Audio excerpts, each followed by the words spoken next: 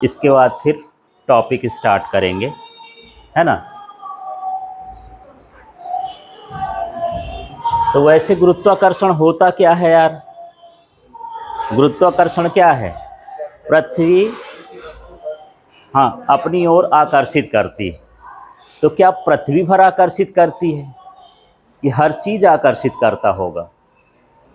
आपको क्या लगता होगा कि धरती भर में गुरुत्वाकर्षण है कि धरती के बाहर भी है? धरती के बाहर भी है, धरती के बाहर नहीं है। यही हम गलत समझते हैं, ठीक है ना।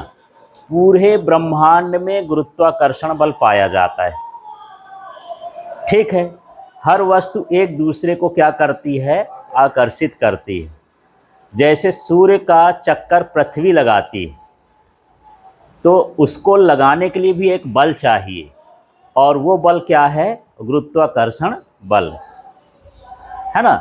चंद्रमा पृथ्वी का चक्कर लगाती है, तो वो किस वजह से लगाती है? गुरुत्वाकर्षण बल की वजह से, है ना। तो इन संसार में जितनी भी चीज़ें ब्रह्मांड में एक दूसरे का चक्कर लगा रही हैं, वो किसकी वजह से हो रहा है? गुरुत्वाकर्षण की वजह से हो रहा है, ठीक है। तो जैसे सबसे पहले न्यूटन जो है ऐसे छोटा था, ज़्यादा उम्र का नहीं था, 14-15 साल का था। अब यूरोप में यूरोप में क्या है? ठंडा प्रदेश है, तो ठंडी जगह में सेव ज़्यादा होता है ना। तो सेव के पेड़ के नीचे क्या कर रहा था? लेटा था। जब लेटा था तो एक सेव गिरा, तो सोचने लगा कि ये नीचे ही क्यों गिरा, पेड़ से ऊपर क्यों नहीं गिरा, है ना। तो पहली बात तो नहीं थी। अब किसी को बताऊं, देखो यार इस पेड़ से ये सेव गिरा, तो हंसेगा नहीं, मजाक उड़ाएगा। तो पहली बार बता रहे हो क्या? हम नहीं जानते हैं कि ये इसी के नीचे गिरता है। तो फिर सोचा कि भला क्यों गिरा, सोचो, है ना। तो उसने बताया कि ये पृथ्वी हर चीज को क्या करती है? खींचती है। धरती क्या करती है? खींचती है। तो हम ये भी जानते हैं कि धरती खींचती है, इसमें कौन सी बड़ी बात है? कोई चीज है, फेंकोगे तो कहाँ नीचे गिरती है, तो धरती उसको क्या करती है? खींचती है। पर कितने बल से खींचती है? क्या धरती भर में ये गुरुत्वाकर्षण लग रहा है कि पूरे यूनिवर्स में लग रहा है ये ग्रेविटेशन का फोर्स, है ना। तो ये सारी जानकारी न्यूटन ने स्टडी किया, बताया कि ये धरती भर में नहीं लगता है, पूरे ब्रह्मांड में लगता है, ठीक है। और आज उसके एक छोटे से प्रयास ने इस दुनिया को बदल के रख दिया है। जो हम यहाँ से अपना सैटेलाइट भेजते हैं ना, सैटेलाइट समझते हो? उपग्रह, है ना, जिससे हमारी टीवी चलती है, मोबाइल चलता है, दुनिया भर का ये मैप चलता है, सारी जानकारी मिलती है। वो किससे मिलती है? सैटेलाइट। और सैटेलाइट चलता किससे है? गुरुत्वाकर्षण से। और गुरुत्वाकर्षण दिया किसने है? न्यूटन ने। और न्यूटन ना होता, है ना, तो आपको ग्रेविटेशन वाला चैप्टर ना पढ़ना पड़ता है ना। पर न्यूटन ना होता तो आप जो ये फैसिलिटी ले रहे हो, सुख सुविधा ले रहे हो, मोबाइल में कोई वीडियो चला ले रहे हो, इंटरनेट चला ले रहे हो, है ना।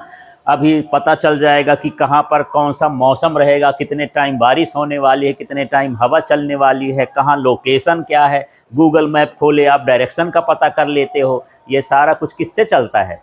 सैटेलाइट से चलता है, ठीक है। तो यही है ग्रेविटेशन, कि हर ऑब्जेक्ट को जो है, जो अर्थ है वो खींचती है अपनी ओर। तो इसको हम क्या कहते हैं? ग्रेविटेशन। शुरुआत में लोग यही समझते थे, बाद में समझे कि पूरा ब्रह्मांड ही ग्रेविटेशन की वजह से क्या है? चल रहा है। थोड़ा सा इसमें देख लेते हैं।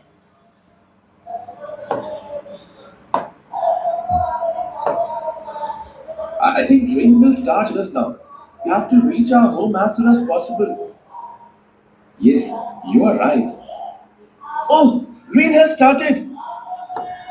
अब देखो, अब यहाँ पर पानी गिर रहा है, बादल ऊपर रहते हैं, तो ऊपर भी तो खाली है, उधर ही उड़ा दे पानी को। धरती में क्यों गिराता है पानी को, है ना। हिंदी नहीं आएगा, हिंदी हम बोलेंगे, ठीक है ना। तो यहाँ पर जो है, ये पानी के बारे में चर्चा कर रहे हैं कि पानी जो है नीचे ही क्यों गिरता है, ऊपर क्यों नहीं गिरता है।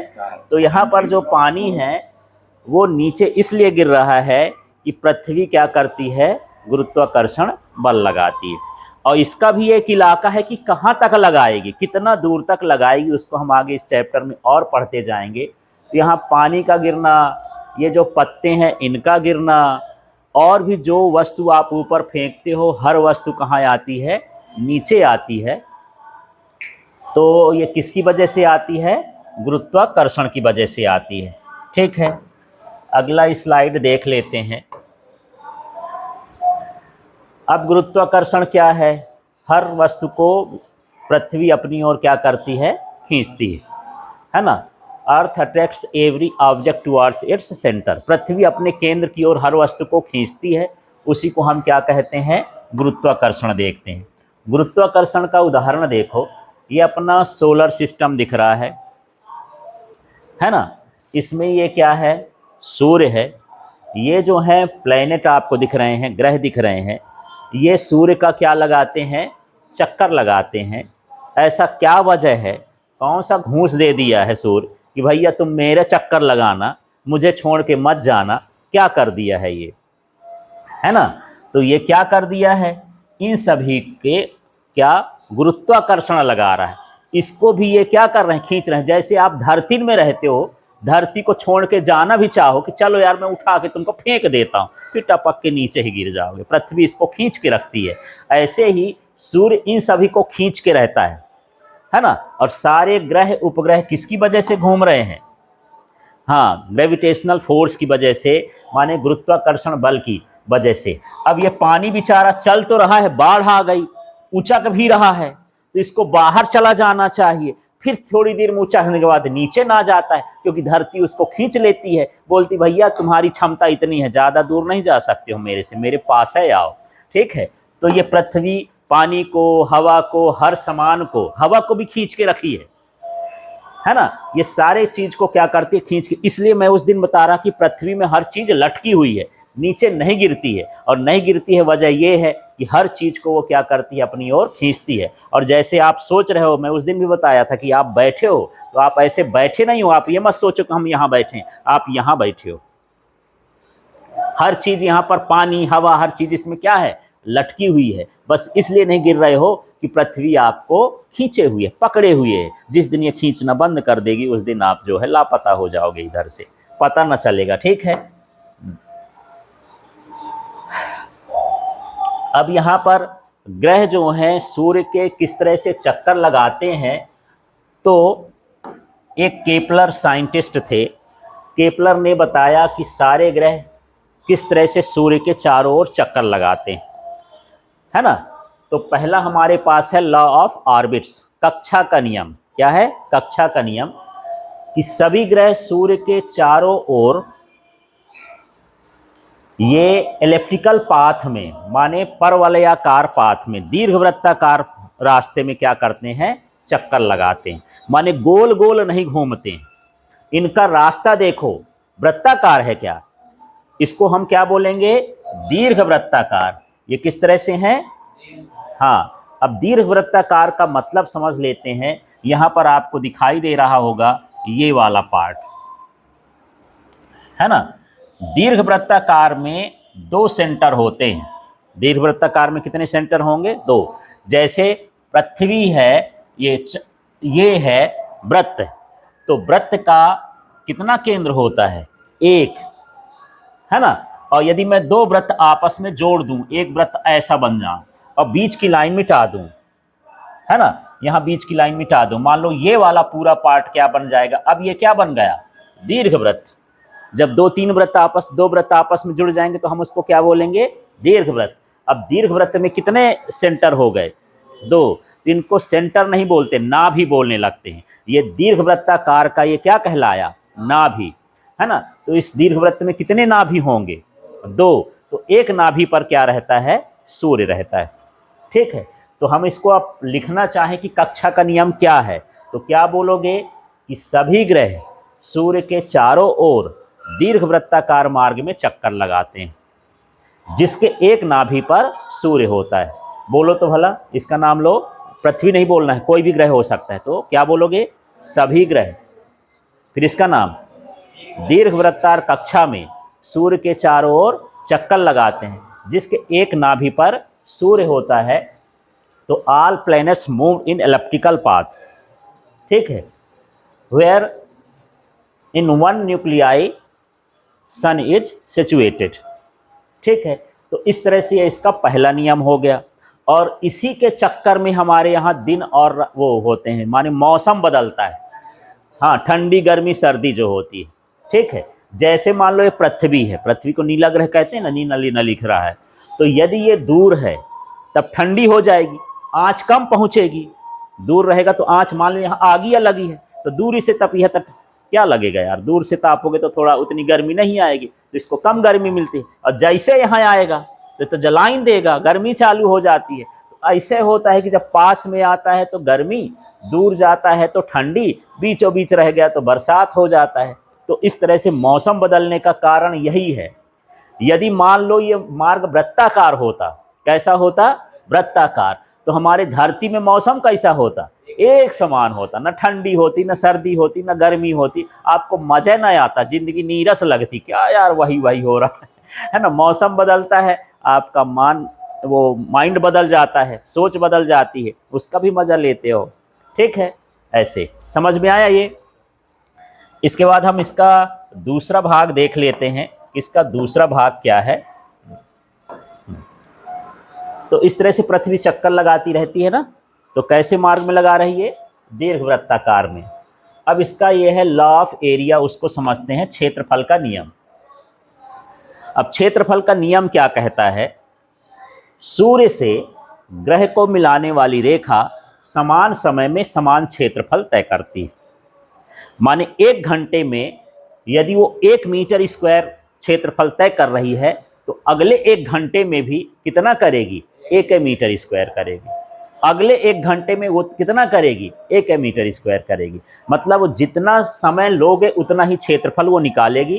तो ये बोलता है कि पहले यहाँ देखो, इसका नाम क्या हो गया यार? इसका नाम क्या हो गया? ये क्या कहलाया? सूर्य। और ये क्या कहलाया? प्लैनेट, ग्रह। तो हम ऐसे बोलेंगे, पहले इसका नाम लेते हैं, सूर्य से ग्रह को मिलाने वाली रेखा। फिर इसका नाम ले लेते हैं डेल्टा टी, माने समान समय में समान क्षेत्रफल क्या करती है? तय करती। ठीक है, अब मान लो सूर्य जो है इधर है, ये ग्रह कहाँ हो? इधर, तो इतने क्षेत्रफल इधर भी चाहिए। तो ये थोड़ा ऐसा चलेगा यार, इसकी प्लैनेट की स्थिति P1 हो गई, ये P2 हो गई। इसको मैं बड़ा क्यों बनाया?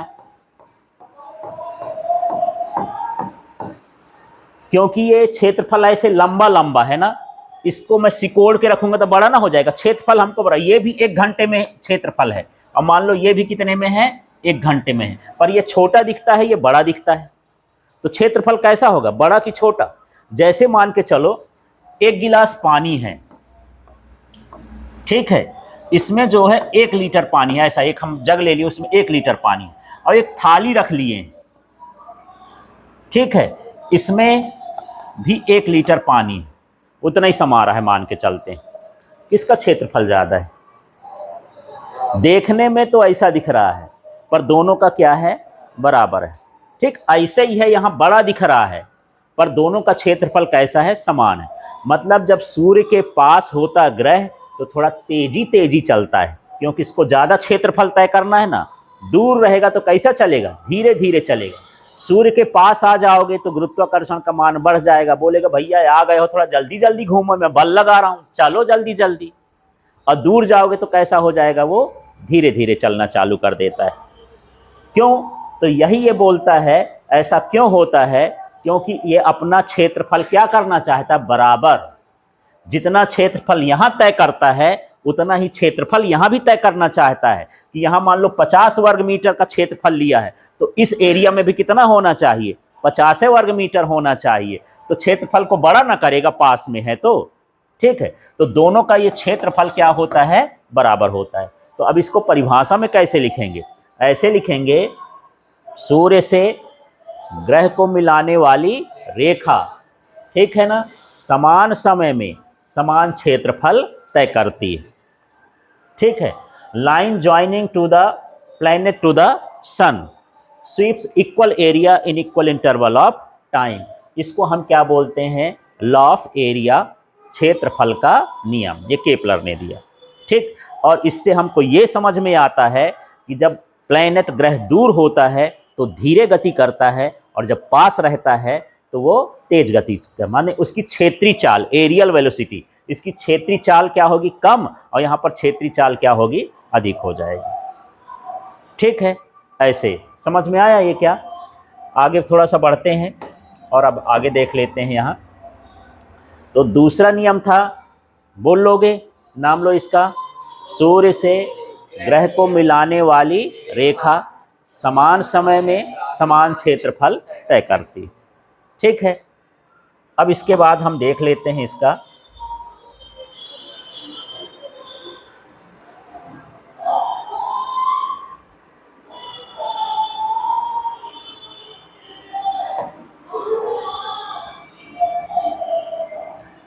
अब ये है आवर्तकाल का नियम। अब आवर्तकाल का नियम ये बोलता है, आवर्तकाल का नियम ये बोलता है कि यदि हम उसका चक्कर लगा रहे हैं सूर्य का, तो जितना जो सूर्य से दूर होगा उतना उसको ज़्यादा समय लगेगा। जैसे मान के चलूँ मैं यहाँ पर खड़ा हो जाऊँ और इनको बोलूँ कि मेरा चक्कर लगाओ, और उनको भी बोलूँ कि मेरा चक्कर लगाओ, कौन पहले लगा लेगा? हाँ, जो पास में है वो पहले चक्कर लगा लेगा, और दूर वाले का हो जाएगा बाद में चक्कर लगाएगा, थोड़ा उसको टाइम लगेगा। तो जो ग्रह, जैसे हमारा पृथ्वी है तो सूर्य का चक्कर 365 दिन में लगाता है, उससे थोड़ा आगे मंगल ग्रह है तो उसको ज़्यादा दिन लगेगा, लगभग 486 साल वो दिन लग जाते हैं, तब चक्कर लगाता है। जो प्लूटो है ना, उसको तो और ज़्यादा समय लग जाएगा, है ना। और जो इसके और पहले हैं, मरकरी वगैरह हैं, है ना, उनको और कम समय लगेगा। तो जैसे जैसे डिस्टेंस बढ़ती जाती है वैसे वैसे उनका समय भी क्या होता है? बढ़ता जाता है।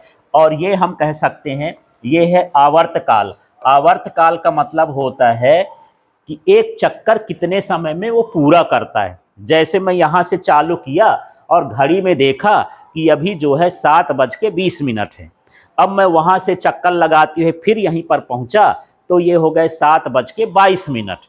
तो मुझे पूरा चक्कर लगाने में कितना समय लगा? 2 मिनट। तो मेरा आवर्तकाल टाइम पीरियड कितना हो गया? 2 मिनट हो गया। तो एक चक्कर पूरा करने में जो समय लगता है उसको हम क्या बोलते हैं? आवर्तकाल।